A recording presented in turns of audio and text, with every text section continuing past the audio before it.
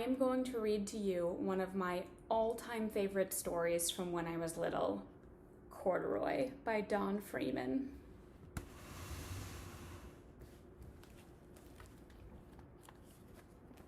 Corduroy is a bear who once lived in the toy department of a big store. Day after day, he waited with all the other animals and dolls for somebody to come along and take him home. The store was always filled with shoppers buying all sorts of things, but no one ever seemed to want a small bear in green overalls. Then, one morning, a little girl stopped and looked straight into Corduroy's bright eyes. "Oh, Mommy," she said, "look, there's the very bear I've always wanted." "Not today, dear," her mother sighed. "I've spent too much already. Besides, he doesn't look new. He's lost the button to one of his shoulder straps." Corduroy watched them sadly as they walked away. "I didn't know I'd lost a button," he said to himself. "Tonight I'll go and see if I can find it." Late that evening, when all the shoppers had gone and the doors were shut and locked, Corduroy climbed carefully down from his shelf and began searching everywhere on the floor for his lost button. Suddenly, he felt the floor moving under him. Quite by accident, he had stepped onto an escalator, and up he went. Could this be a mountain, he wondered? "I think I've always wanted to climb a mountain."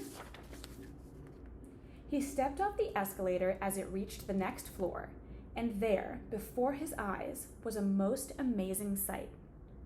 Tables and chairs and lamps and sofas and rows of beds.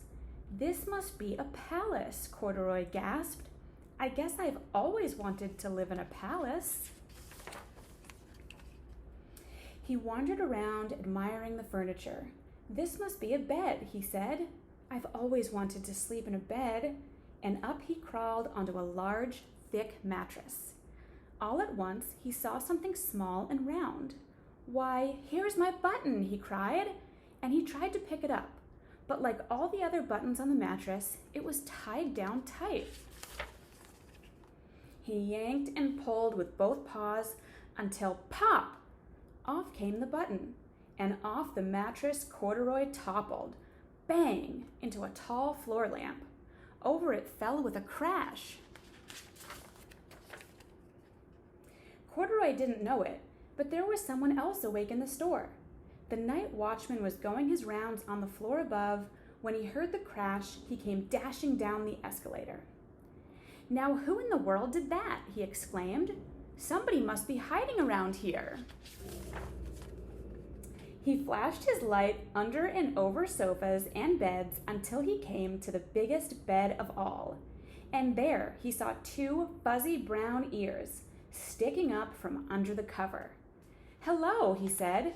"How did you get upstairs?"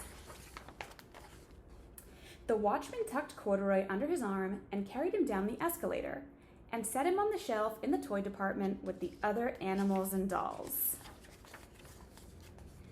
Corduroy was just waking up when the first customers came into the store in the morning, and there, looking at him with a wide, warm smile, was the same little girl he'd seen only the day before.